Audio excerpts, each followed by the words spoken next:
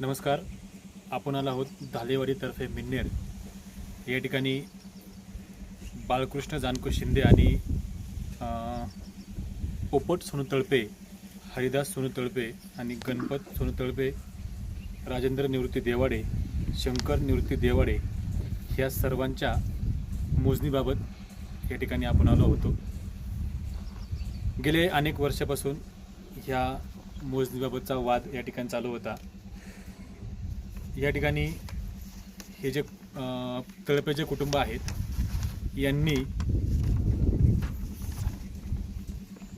या ठिकाणी धालेवाडीमध्ये ही जमीन घेतली.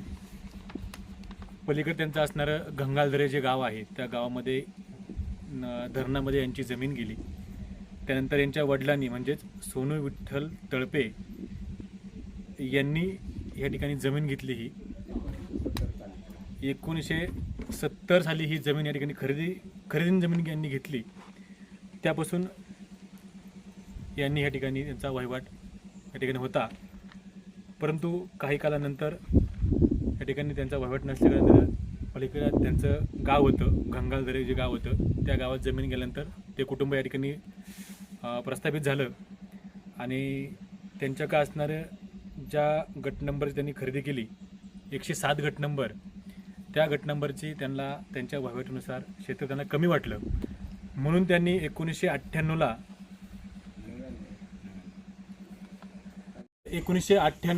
ते 99 यांची पहिली मोजणी झाली. आणि त्याप्रमाणे या ठिकाणी 99 मोजणी झाली. आणि ह्या ठिकाणी हे बघा, ही जी प्रत आहे त्या 99च्या मोजणीची प्रत आहे आणि त्याच्यामध्ये या ठिकाणी रंगून दिलेलं आहे. म्हणजे 108 मध्ये त्यांचं क्षेत्र निघतंय हे त्यांनी नमूद केलं आहे बघा. त्यानंतर यांनी 2022ला परत एक मोजणी केली. 2022ला यांनी परत मोजणी केली. तर त्यावेळेस देखील अर्धर होते पोपट सोनू तळपे यांनी 107 या गट नंबरची मोजणी केली. हा 107 गट नंबर आहे. आणि पुन्हा याच्यामध्ये तेवढं क्षेत्र निघालं 108 मध्ये.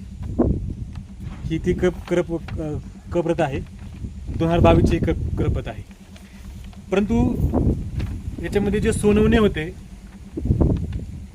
पूरक मापक जे होते सोनवणे, यांनी ही कप्रत रंगवली नाही, यांची बदली झाली आणि यांनी ती रंगवायची तशी सोडून दिली आणि त्यांची बदली नाशिकला झाली. त्यानंतर ह्या जमिनीचा वाद असाच चालू राहिला. नंतर जे काय 108 गट नंबरचे जे होते बाळकृष्ण जानको शिंदे यांनी त्या मोजणीच्या याच्यावरती त्यांनी हरकत घेतली. आणि हरकत घेतल्यानंतर ते म्हणले का ही मोजणी आम्हाला मान्य नाही आहे. त्यांनी पुढे गेले. ते पुढे गेल्यानंतर त्यांनी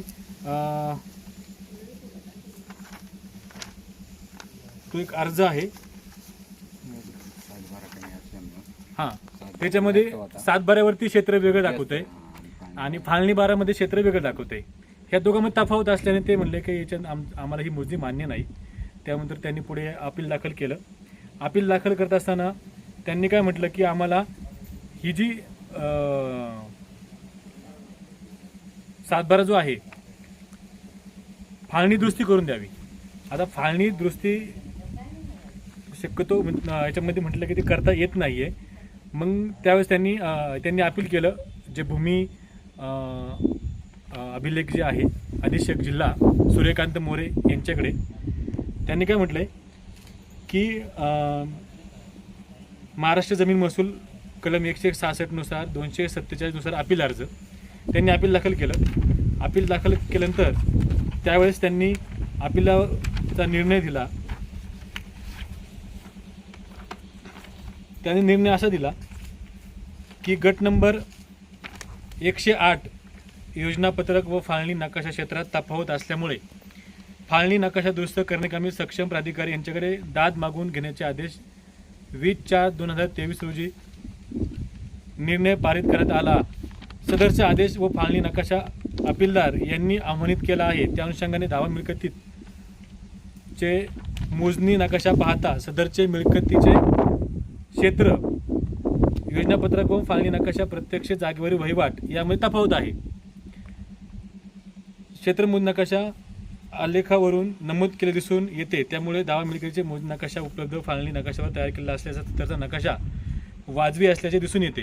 म्हणजे तो नकाशा जो आहे तो वाजवी म्हणजे तो खरा नकाशा आहे असं त्यांचं म्हणणं आहे. आणि त्यामुळे दावा मिळकती म्हणजे फाळणी नकाशा दुरुस्तीबाबत अपीलदार यांनी या पीठासीनेकडील अपील क्रमांक 7054/2024 आणि दाखल केलेल्या अपीलामध्ये होणाऱ्या निर्णयामुळे कार्यवाही होणार असल्यामुळे अपीलदार यांची अपीलातील मागणी वाजवी नसल्याने अपीलदार यांचे अपील नमूद कारणास्तव फेटाळण्यात वाजवी ठरते. या निष्कर्षावरती येऊन मी सूर्यकांत जिल्हा अधीक्षक भूमी अभिलेख पुणे खालीलप्रमाणे आदेश पारित करत आहे. अपीलदार यांचे अपील अनुमानातील नमूद कारणास्तव फेटाळण्यात येत आहे. म्हणजे त्यांनी जे गोष्टीबाबत जे अपील त्यांनी दाखल केलं होतं तर ते त्यांनी ते अपील फेटाळलं आहे. त्यानंतर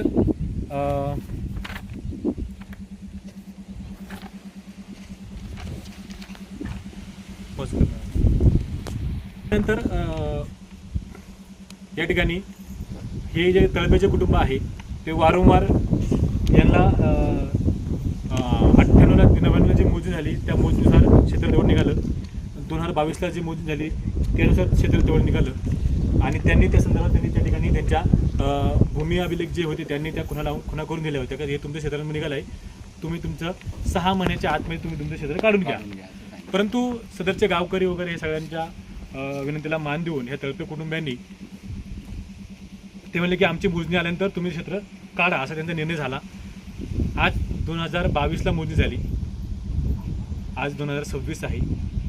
जवळपास या ठिकाणी 3 देखील त्यांनी त्यांच्या क्षेत्राची मोजणी केली नाही आणि यांना देखील त्यांचं जे काही क्षेत्र निघालं आहे त्यांच्याकडं त्याच्यापासून त्यांना वारंवार त्यांच्याकडे तक्रारी करत असतात. त्यांना वारंवार त्यांच्या भावाला असेल, यांना असेल, या कुटुंबाला असेल दमदाटी करतात. कारण मुळात हे कुटुंबाचं मूळ गाव जे होतं ते गंगाळदरे गाव होतं आणि त्या गंगाळदरे गावामध्ये ह्याला यांच्या जमिनी गेल्या धरणामध्ये आणि यांच्या वडिलांनी ह्या ठिकाणी जमीन 1970 साली जमीन घेतली होती.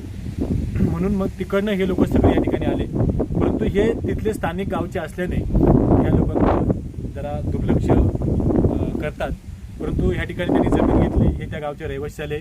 यांचं देखील जे काही सातबारा जो आहे किंवा ह्याच गावचं त्या निघलं जातं, घर जे आहे त्याच ह्याच गावात निघालं. परंतु मग त्यांनी असा निर्णय का करावा, जर त्या हद्दीनुसार जर दिसतंय क्षेत्र तर मग तुम्ही दोन्ही बाजूचे दोन्ही शेतकऱ्यांचे म्हणणे मांडून तुम्ही योग्य तो निर्णय त्या समस्त जे काही गावकरी आहेत त्यांनी द्यावं असं मला वाटतं. या ठिकाणी त्यांनी सांगितलं की ह्या दोघांच्या वादाविवादामुळं ह्या ठिकाणी ती वहिवाट तशी ठेवायला सांगितली. परंतु ह्या कुटुंबाला नेहमीप्रमाणे त्यांच्यावर सारखा अन्याय होतोय. तर मला जे काही जुन्नरचे भूमी अभिलेखचे जे आहे मॅडम त्यांना विनंती आहे की आपण या प्रकरणात सखोल चौकशी करून यांची जी 1999ला जी मोजणी झाली होती ती मोजणी परत 2022ला झालेली मोजणी ह्या दोन्ही मोजण्यांमध्ये जर क्षेत्र जर तेवढंच निघतं आहे तर मग तुम्ही त्यांना ते क्षेत्र काढून का देत नाही आहे. दुसरा मुद्दा असा की आता परत आज देखील त्यांच्या त्या ठिकाणी मोजणी झाली आणि ते निर्णयावरती प्रकरण ठेवलं आहे. आता त्याच्यामध्ये पण ते क्षेत्र निघणारच आहे साहेब बोलत होते. कारण का या ज्या फाळणीनुसार जर पाहायला गेलं तर यांच्या फाळणीवरती क्षेत्र आहे 1 हेक्टर 10 आर आणि सातबाऱ्यावरती आहे 1 हेक्टर 5 आर. जर मोजणी जर तुम्ही फाळणीनुसार जर केली तर क्षेत्र अजून निघू शकतं. आणि दुसरं जर पाहायला गेलं आपण जे काही ते गट नंबर जे आहे त्या गट नंबरामध्ये प्रत्येकाचे क्षेत्र जे आहेत ते वरती वरती वरती असे सरकत गेलेले आहेत. म्हणून आता ह्या ठिकाणी आज सर्व नंबर 19ची पूर्ण मोजणी झालेली आहे आणि त्या अनुषंगाने आता पुढील काय निर्णय होईल तो होईल. पण जे भूमी अभिलेख जे आहेत यांनी आता सांगितल्याप्रमाणे शेतकऱ्यांच्या ज्या काही वादिवाद होतात त्या अशा प्रकारच्या ज्या मोजण्या आहेत त्या लवकर करावा. दुसरा मुद्दा असा की यांनी अतितातडीची मोजणी दाखल केली होती. अतितातडी म्हणजे काय, अतितातडी म्हणजे 3 महिन्याची मोजणी असते. शासनाला त्यांनी त्याची फी भरली पण त्याला मोजणी कधी आली तुम्हाला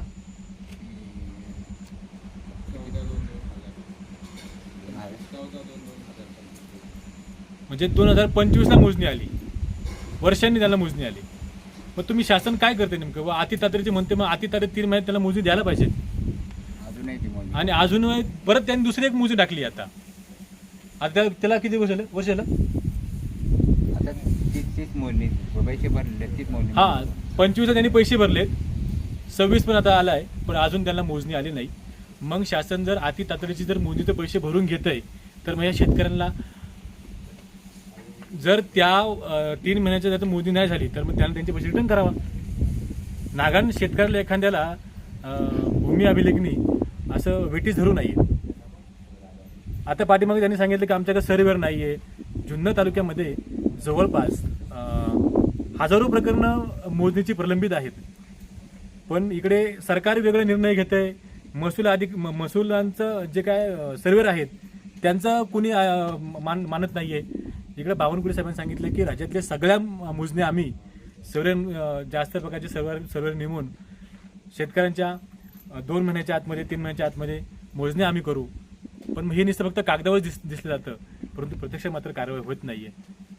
बघूया आपण ह्या तळपे कुटुंबाला न्याय भेटतो का नाही. नक्कीच आपण यामध्ये भूमी अधीक्षक जे जुन्नर आहेत त्यांनी लक्ष घालून योग्य तिथे कारवाई करावी. धन्यवाद. जुन्नर डायरी, धालेवाडी.